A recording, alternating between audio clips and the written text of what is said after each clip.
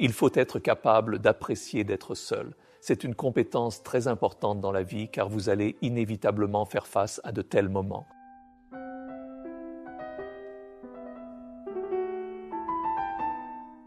Un des lecteurs ou auditeurs là-bas voulait savoir comment gérer la solitude. C'est très humain. On l'a tous vécu. J'y ai fait face, surtout jeune, beaucoup dans mes 20 ans. Je me souviens qu'une fois j'étais à Rome il y a environ 20 ans. Je me souviens qu'une fois j'entrais dans un restaurant pour manger et j'étais seul dans un restaurant bondé et le serveur m'a demandé si j'étais seul et j'ai dit oui, un peu honteusement. Ouais, je suis seul. Il a dit en italien « meglio solo che mal accompagnato » et cette expression est restée avec moi pendant de nombreuses années. Il valait mieux être seul que d'être accompagné par quelqu'un de mauvais ou d'avoir une mauvaise compagnie. Donc l'idée, c'est que parfois, il faut aimer être avec soi-même.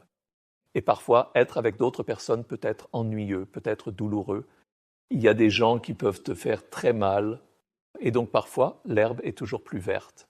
Et je pensais souvent que, sans dire que ça ne fait pas mal d'être seul parce que nous sommes des animaux sociaux, mais peut-être que c'est mieux que je n'ai pas à être entouré de toutes ces personnes ennuyeuses et que je peux remplir mon temps avec d'autres choses, donc lire des livres. Je ne suis pas seul parce que je suis avec d'autres personnes, je suis avec d'autres esprits. Bien sûr, je ne dis pas que c'est la réponse parfaite, mais il faut être capable d'aimer être seul. C'est une compétence très importante dans la vie parce que vous allez inévitablement faire face à de tels moments. Et donc, tu dois être capable d'aimer tes propres pensées, d'être intéressé par tes propres idées, de lire des livres, de faire des choses qui t'excitent.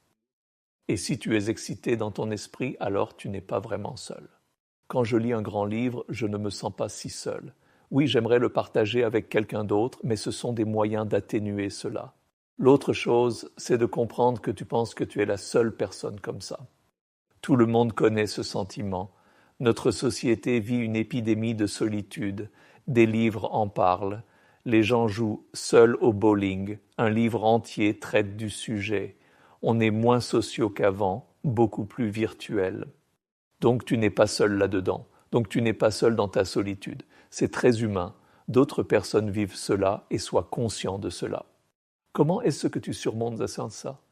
Tu dois devenir plus sociable, tu dois te mettre dans ce monde et ne pas être si virtuel. La solitude et le fait d'être seul ont une dynamique. Et je le sais, je l'ai vécu moi-même, parce qu'en tant qu'écrivain, tu es seul. Crois-moi, je suis seul beaucoup. Quand tu es seul beaucoup, tu deviens de plus en plus effrayé, tu deviens de plus en plus timide. Rencontrer des gens devient difficile, douloureux, comme si c'était une compétence que tu as perdue. C'est une sensation que tu as perdue et c'est plus difficile de la retrouver et tu ne penses pas à ça de cette façon. Tu penses « je ne veux pas aller à cette fête ». Il faut que tu te forces dans la direction opposée. Il faut que tu construises cet élan opposé parce que plus tu es dans le monde, plus tu es social, plus tu rencontres des gens, plus vous aurez de chances de trouver quelqu'un qui a des intérêts similaires aux vôtres. Donc si en ligne tu es capable de trouver des personnes ayant des intérêts similaires aux tiens et de partager cela, c'est génial. Mais trouve un moyen de rendre cela moins virtuel. Rencontre des gens. Va dans ces endroits où il y a des personnes qui te ressemblent. Force-toi à devenir plus sociable afin d'avoir plus d'opportunités de rencontrer d'autres personnes. Mais la chose la plus importante de toutes est d'être bien avec le fait d'être seul parfois, de trouver en fait étrangement un certain plaisir à ne pas avoir tous ces bruits agaçants, ces gens agaçants, tout ce narcissisme qui existe, toutes ces bêtises avec lesquelles nous devons composer.